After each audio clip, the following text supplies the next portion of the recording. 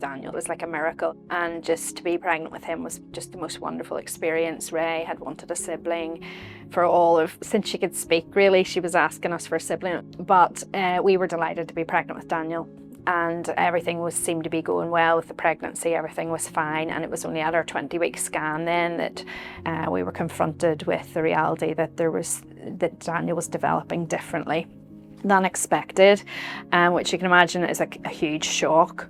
So we actually then had an appointment with the fetal medicine. It was the same day that Russia invaded Ukraine, and really a bomb went off in our life that day. It was tremendously difficult to come to terms with the fact that something was seriously wrong with your child, but they were still living within your womb. After a number of appointments, we found that Daniel had Edwards syndrome, and I really had no clue what Edwards syndrome was, what it would mean for us, and just the thought of this little girl at home waiting for her sibling to arrive and not knowing what that would mean for her and for us as a family. And that was when fetal medicine introduced us to Bethany McCracken, who is a nurse within the hospice and provides antenatal support and bereavement support. I just felt like an angel drew alongside me at that point and transformed our journey. It was so transformative.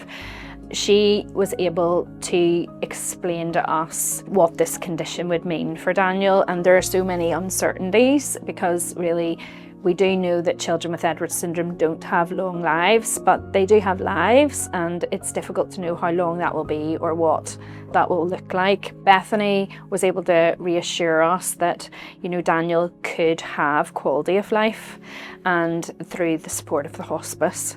One of the first things that Bethany was able to help us with was to come out and be with our family and help us to begin to make memories and to help us to find the resources to explain to our young 5-year-old daughter what was happening and to gradually give her that information in a way that she could understand. When she first found out that Daniel was ill, she felt really sad and she was quite overwhelmed.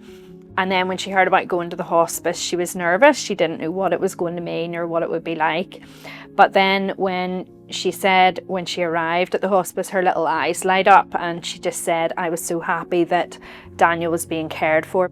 I just had a section, so I wasn't really like up and about, and you've got your small child, you don't know how long they've got, you're holding them, you want to be with them, you're trying to manage, the worries about the care for that child, and there were hospice nurses there. There were a number of them just to distract Ray, to play with her.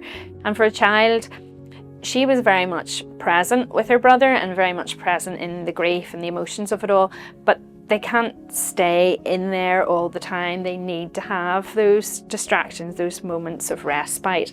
And the nurses were just like lifelong friends instantly, and we'd only just met them, so you just can't quantify that kind of help. And you can't quantify the difference that makes. It might just be a small life, a short time, but actually we're a family that have to engage with our community. And the work of the hospice has just helped us to heal in a healthy way.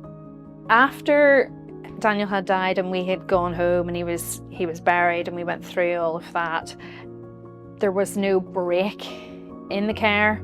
It was just a natural transition as we moved through all of Daniel's life, from pregnancy through to coming to terms with the loss of him.